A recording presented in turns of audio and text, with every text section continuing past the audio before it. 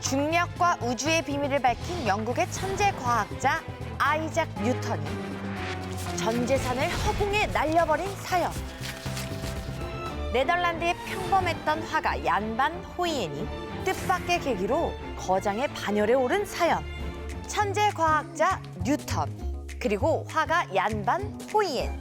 다른 나라에서 서로 다른 시기를 살았던 두 사람이 같은 이유로 인생이 180도 바뀐 사연. 나무에서 떨어지는 사과를 보고 만유인력의 법칙을 발견했다는 천재 과학자 아이작 뉴턴. 1669년 불과 26살에 케임브리지 대학교 교수가 된 그는 오로지 연구에만 몰두. 관성의 법칙, 작용 반작용의 법칙 등 전 세계 교과서에 필수로 등장하는 각종 물리학 법칙을 만든 그야말로 위대한 학자죠. 그런데 때는 1698년. I'll meet you there tomorrow, sir, at 3 p.m. 변장을 하고 정보원과 은밀히 접선 중인 사람, 바로 뉴턴이었다. He finished his counterfeit coins. He's planning to circulate them tomorrow night. William Challoner, I'll put you behind bars at any cost. 뉴턴은 뜻밖에도 악명 높은 화폐 위조범을 뒤쫓고 있었는데, 당시 영국은 위조 화폐가 발견될 경우 관련자들의 손목을 잘라버렸고, 특히 왕의 얼굴이 있는 주화를 위조할 경우엔 대역죄로 교수형에 처했는데요. 과학자였던 뉴턴은 대체 왜 이런 범죄자를 쫓아다닌 걸까요? 1696년 54세였던 뉴턴은 교수직을 버리고 조폐국 감사 자리로 이직하는데요. 이유는 바로 돈. 당시 교수직 연봉은 100파운드, 반면 조폐국 감사직 연봉은 400파운드. 무려 4배나 많았던 거죠. 하지만 뉴턴의 최종 목표는 따로 있었으니 바로 조폐국장이 되는 것. 수천 파운드의 연봉을 받을 수 있었기 때문인데요. 조폐국장이 되기 위해 성과를 내야 했던 뉴턴. 그는 조폐국 업무 중 하나인 화폐 위조범 색출을 위해 윌리엄 첼로너를 뒤쫓게 된 겁니다. 뉴턴은 사비로 정보원까지 고용. 윌리엄 첼로너를 체포해 결국 단두대에 세우는데요. 이 공로를 인정받아 3년 만에 조폐국장으로 초고속 승진. 이후 25년이나 자리를 지키니 인생의 절반은 과학자, 절반은 경제 전문가로 살게 되죠. 그러던 1720년. This is my entire fortune. I want to invest it in South Sea stocks. All of it. 뉴턴은 조폐국장을 하면서 모은 전 재산을 주식에 투자한다. 대체 왜일까? 당시 재정이 어려웠던 영국은 국채를 많이 발행했는데요. 이 국채를 떠안는 조건으로 영국 남해 회사에 주식 발행을 허가했고, 서인도제도 노예 수출 독점권이라는 특혜까지 줍니다. 이런 대형 호재에 사람들은 앞다퉈 이 회사 주식을 매입. 덕분에 1720년 초 한 주당 128파운드였던 남해 회사 주식은 몇 달 만에 급상승하는데요. 조폐국장으로 미리 정보를 알았던 뉴턴은 저점에 주식을 매수, 중간에 현금화에 큰 수익을 받지만 그 후로도 주가가 계속 치솟자 다시 전 재산을 투자했던 겁니다. 당시 뉴턴이 투자한 돈은 2만 파운드, 현재 약 40억에 달하는 금액인데요. 과학자, 조폐국장, 대주주까지 떨어지는 사과에 맞아 만유인력의 법칙을 발견하더니 이젠 돈벼락을 맞으려고 드네요. 반면 네덜란드에서도 뉴턴처럼 전 재산을 투자한 화가가 있었습니다. 17세기 초 네덜란드에서 개인 화랑을 운영하던 화가 얀반 호이엔. 당시 화가들은 작품 판매금보다 문화생 교육으로 더 많은 수익을 올렸는데요. 1635년부터 문화생들이 하나둘 그를 찾아와 이런 말을 하는 겁니다. 전 이 세상의 모든 굴레와 속박을 벗어던지고 새 행복을 찾아 떠납니다. 스승님도 행복하세요. 안녕히 계세요. 급기야 모든 문화생이 나가버리면서 호이엔은 경제적으로 어려워졌고, 그림 감정, 경매, 부동산 중개까지 생계를 위해 닥치는 대로 여러 일을 전전해야만 했죠. 그러던 어느 날 속상한 마음에 술집을 찾은 호이엔.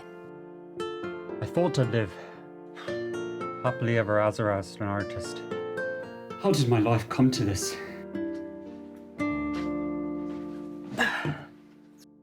How have you been, sir?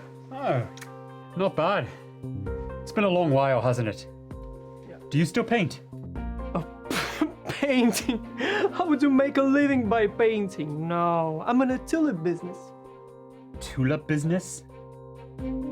그곳에서 튤립 거래에 대해 알게 되는데 당시 해상무역 최강국이었던 네덜란드는 경제적으로 대호황을 누리고 있었는데요. 이때 사람들의 눈에 띈 게 바로 튤립이었죠. 중앙아시아가 원산지인 튤립이 오스만 제국을 거쳐 네덜란드로 들어오면서 부유층들 사이에서 희귀하고 아름답다는 이유로 튤립 소장 열풍이 불기 시작한 겁니다. 생산이 수요를 따라잡지 못하는 상황.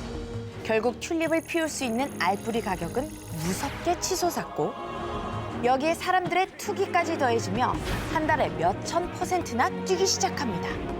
이건 당시 가장 비싸게 거래되던 영원한 황제라는 튤립 품종인데요. 이 튤립의 알뿌리 가격은 2,500길더.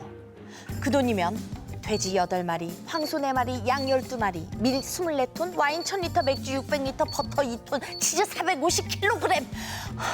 이걸 다 사고도 남는 돈. 곧바로 화랑을 판 뒤 그 돈으로 튤립 투기에 뛰어든 호이엔. 게다가 18,000길더라는 빚까지 내 모조리 쏟아붓죠. 이게 뭐 그렇게 비싸? 먹지도 못하는 거 이거 뭐에 쓴다고? 맞습니다. 튤립 열풍은 순식간에 식어버렸죠. 많은 사람들이 튤립 재배에 뛰어들면서 공급이 늘어났고 그러다 보니 희귀성이 떨어져 가격이 폭락하게 된 겁니다. 집 한 채 가격이었던 튤립이 휴지 조각이 되면서 호이에는 전 재산을 날렸는데요. 문제는 빚. 그 돈은 헤이그시 시장한테 빌린 돈이었죠. 어우 혈압이야. 튤립 버블로 내 돈을 날려? 뚫린 입이라고 튤립으로 맞아볼래? 호이엔이 빚을 갚을 수 있는 유일한 방법은 그림뿐. 그때부터 밤낮 없이 죽기 살기로 그림만 그립니다. 이후 1656년 사망할 때까지 19년간 그가 그린 그림은 무려 2,000점. 죽을 때까지 그림을 그렸지만 빚을 다 갚지 못했는데요. 결국 그 빚은 유족에게까지 승계됐죠. 당시 다양한 색의 물감을 살 돈조차 없어 무채색으로만 그림을 그려야 했던 호이엔. 그런데 바로 이 점이 반전을 불러옵니다. 어우 지저스, gorgeous. 안개와 빛, 대기의 오묘한 조화. 이걸 다 무채색으로 표현해내다니 unbelievable. 이 화가는 무채색의 거장이야, 거장.